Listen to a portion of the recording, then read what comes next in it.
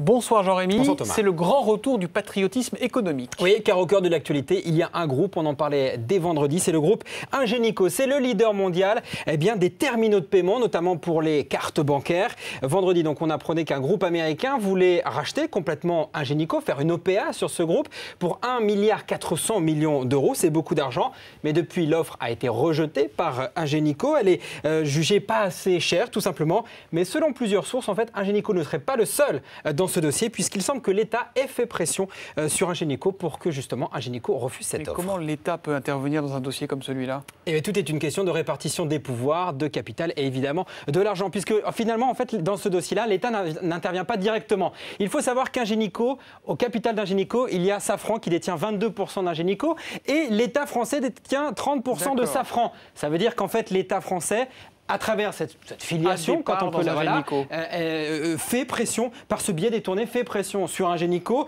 avec une motivation qui finalement est plutôt saine, celle de protéger une entreprise dite stratégique, notamment parce qu'Ingenico a des savoir-faire très précieux sur la cryptologie, dans la biométrie, dans tout ce qui est empreinte digitale, une technologie sensible avec notamment les données personnelles, donc on imagine à quel point tout ça c'est sensible. Et l'État d'ailleurs n'est pas le seul à penser qu'Ingenico est un groupe stratégique. Écoutez.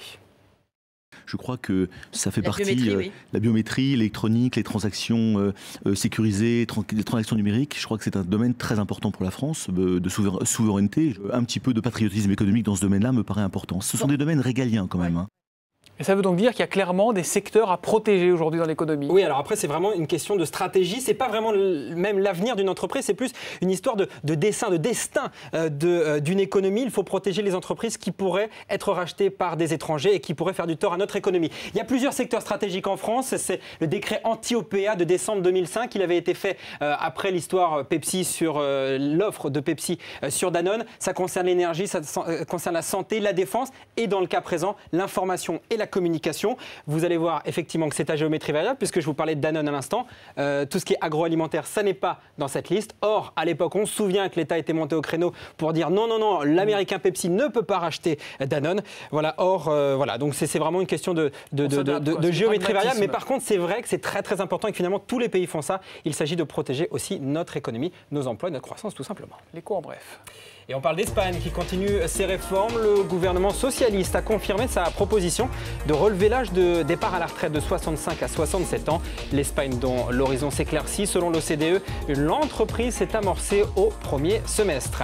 Et puis pas de statistiques, pas de grandes infos, mais une bourse de Paris qui termine quand même en légère hausse. La bourse de Paris, le CAC 40, a progressé de 0,46%. Le Dow Jones termine en très légère baisse. L'écho en plus, c'est une image ce soir. L'image de l'immeuble de Lehman Brothers à Londres, vendu à la banque JP Morgan Chase. Il est situé dans le quartier financier de Canary Wharf. C'est un petit peu le deuxième quartier financier de Londres. La transaction est estimée à 580 millions d'euros. L'ironie en fait de cette histoire, c'est qu'il y a quelques semaines, JP Morgan Chase a porté plainte contre Lehman Brothers, lui accusant de lui avoir fait perdre 25 milliards de dollars. Donc voilà, c'est un peu un prêté pour un rendu. D'un côté, ils disent vous nous avez fait perdre 25 milliards et de l'autre, on vous rachète votre immeuble. Voilà. Merci monsieur, c'est fini? C'est fini. Au revoir monsieur.